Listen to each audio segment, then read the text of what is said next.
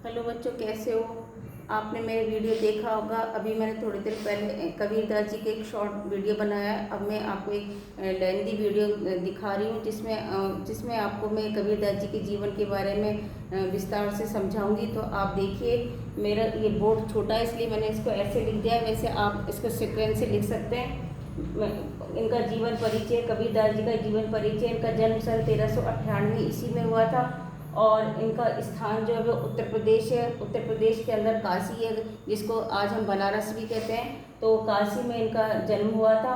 इनके इनकी इनकी जो माता थी इनकी जो माता थी वो ऐसा कहा जाता है कि वो विधवा माता के पास आए थे। यानी उनको जो उनकी माता थी, उनके गुरु ने उनको उनकी सेवा से प्रसन्न होकर के उनको, जब वो अपने घर जा रही थी तो उनको एक कमल के पत्ते में एक बालक दिया था।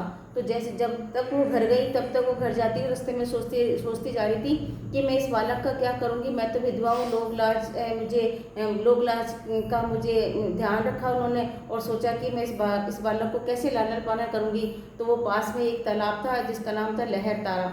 लहर तारा तालाब के अंदर वो कमल के पत्ते के सहित उनको बहा देती हैं। और वहाँ पर क्या होता है कि वहाँ पर एक जुल्हा दंपति होते हैं जिनका नाम होता है नीमा। पिता का नाम नीमा और माता का नाम नीरू। ये जुल्हा दंपति होते हैं, ये जाति के मुसलमान होते हैं और वो उनके कोई संतान नहीं होती है।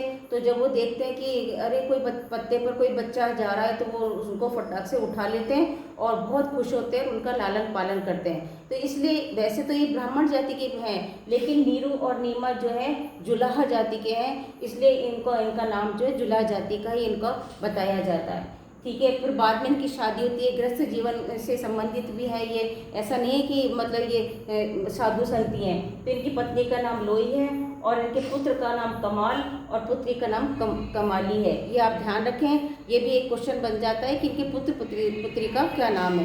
तो इनके पुत्र का नाम कमाल और पुत्री का नाम कमाली था। ठीक है। इनकी पत्नी का नाम लोई था, इनके माता पिता का नाम नीमा और नीरू था। ठीक है, इसलिए आप ध्यान रखें। अब इनके गुरु के बारे में ऐसा कहा जाता है कि इनके गुरु स्वामी रामानंद जी हैं। कैसे इनको गुरु मिले, इस पर भी बहुत चर्चा हुई है इस पर कि जब एक दिन इन्होंने सोचा कि मुझे भी गुरु का मेरे भी कोई गुरु होने चाहिए। तो उनको ऐसे पता था कि रामानंद जी जो थे वो काशी में जो सुबह 4:30 बजे नहाने के लिए आते थे काशी में। तो वो उन्होंने क्या करा कि उन्होंने गंगा के तट पर जो है सीढ़ियों में ही वो बैठ गए और जैसे ही रामानंद जी आए तो उनके पैर में वो कबीरदास जी की ठोकर लग गई और उनके मुंह से निकल गया राम राम। और उन्होंने तभी उनका पैर पकड़ लिया और उन्होंने उनको गुरु मान लिया।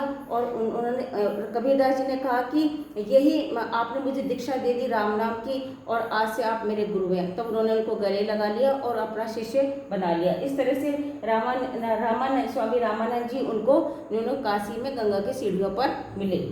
अब आता है इनकी शिक्षा चूँकि अनपढ़ थे, उन्होंने कभी भी कलम शाही दवा कुछ भी उन्होंने नहीं छुआ, लेकिन फिर भी उनके पद इतने गाए जाते हैं। तो उसका कारण है कि उनके पदों को उन्होंने तो सिर्फ गाया है, लेकिन उनके पदों को उनके अनुयायियों ने उनको कलमबद्ध किया है। उनके लिए कहा जाता है कि मसी कागज छुओ नहीं। कबीरदास जी के लिए कहा जाता है कि मसी कागज छुओ नहीं, कलम धरी नहीं हाथ। मतलब उन्होंने कलम को कभी पकड़ा भी नहीं और कभी शाही पेन से कुछ लिखा नहीं, फिर भी आज उनके इतने पद संकलित हैं। तो ये क्यों है? क्योंकि उनके अनुयायी ने, उनके शिष्यों ने उनके पदों का संकलन किया है, इकट्ठा किया है। अब आता है उनकी भक्ति कैसी है। तो उनकी भक्ति जो है निर्गुण धर्म को मानने वाली है। यानी कबीरदास जी जो है आत्मा को परमात्मा से मिलन मानते हैं, ना कि वो सगुण धर्म के उपासक हैं, क्योंकि वो मूर्ति पूजा के विरोधी हैं। आपने देखा होगा कि उनकी जो रचनाएं हैं, उनकी जो प्रसिद्ध जो उनकी रचना है वो बीजक है।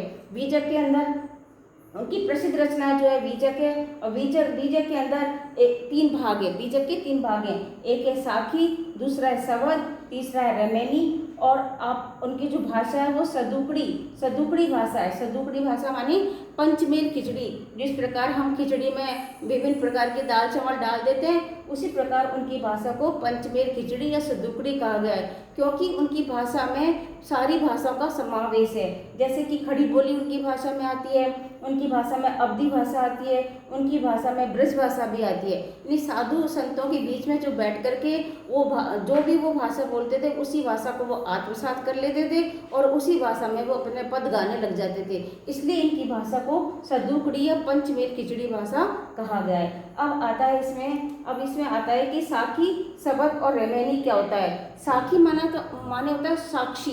साक्षी माने परमात्मा का साक्षात्कार करना, यानी छोटे छोटे दोहे के माध्यम से परमात्मा का गुणगान करना। अब आता है सबद। सबद का मतलब होता है ईश्वर का अध्ययन करना, ईश्वर के गुणों का अध्ययन करना, ये सबद के अंदर आता है। और रवेणी माने होता है लयबद्ध गीत गाना, मतलब अपने पदों को लयबद्ध गीत के तरह गाना, उसको हम कहते हैं रवेणी। इस तरह से ये जो बीजक जो इनकी पुस्तक है उसके 3 भाग हैं, साखी, सबद, रवेणी। इसके बाद आता है कि उनके बारे में ऐसा भी कहा जाता है कबीरदास जी के बारे में कि एक बार वो जगन्नाथ मंदिर गए, जगन्नाथ जी के धाम गए, तो वहाँ पर क्या होता है, वहाँ पे समुद्र था। तो समुद्र जो है कभी मंदिर के अंदर आ जाता था, कभी कभी मंदिर के अंदर तक पानी आ जाता था। तो वहाँ के लोग बड़े परेशान थे। तो वहाँ उनके जो पंडित जी, उन्होंने ऐसा कहा कि भाई कबीरदास जी को बुला के लाओ। तो जब कबीरदास जी को बुला के लाया तो कबीरदास जी में इतनी सामर्थ्य थी कि उन्होंने वो समुद्र के 3 मील आगे जा कर के वो समुद्र में 3 रेखाएं खींची, समुद्र के अंदर 3 रेखाएं खींची थी। और वो आज भी 3 रेखाएं खींची थी, समुद्र उसके पीछे ही रहता है। आज भी वो उसके पार नहीं उतरता, यानी वो लांघता नहीं है। ऐसी कबीरदास जी में सामर्थ्य थी। इस तरह से कबीरदास जी के बारे में कहा गया है। अब आता है कि जो है इनकी मृत्यु के बारे में कहा गया है। इनकी मृत्यु के बारे में ये कहा गया है कि ऐसा कहा जाता था कि काशी में जो भी मरता है ना वो मोक्ष की प्राप्ति होती है। तो कबीरदास ने इसका भी खंडन किया। वो जब उनकी मृत्यु का समय आया तो वो काशी से दूर चले गए, मगहर चले गए। मगहर कहाँ पर है? मगहर गोरखपुर में, वो काशी से काफ़ी दूर है। उन्होंने सोचा कि यदि हम अच्छे कर्म करेंगे तो हमको मोक्ष कभी कहीं भी मिल सकता है, ऐसा नहीं है कि हम काशी में ही मरेंगे। तो वो काशी से बहुत दूर चले गए और वहाँ पे मगहर में जाकर के 1518 ईस्वी में इनका देहावसान हुआ। और जब इनका देहांत हो गया तब भी दोनों संप्रदायों के बीच में ये हुआ। मुसलमान कहने लगे हम इनको देव बनाएंगे, हिंदू कहने लगे हम इनको अग्नि देंगे। इस तरह से दोनों जब लड़ने लगे और जैसे ही कफन को खोला गया तो जब कफन को खोला गया तो देखा वहाँ पर कबीरदास जी थे ही नहीं, खाली फूल ही पड़े थे। और फिर जब उन दोनों ने आधे आधे फूलों को लिया और वो कोई तो हिंदू लोग तो गंगा की तरफ चले गए और मुसलमान अपने धर्म की तरफ चले गए। इस तरह से कबीरदास जी का देहावसान हो जाता है। ये मैंने आपको जीवन परिचय समझाया। आशा है कि आपको समझ में आ गया होगा।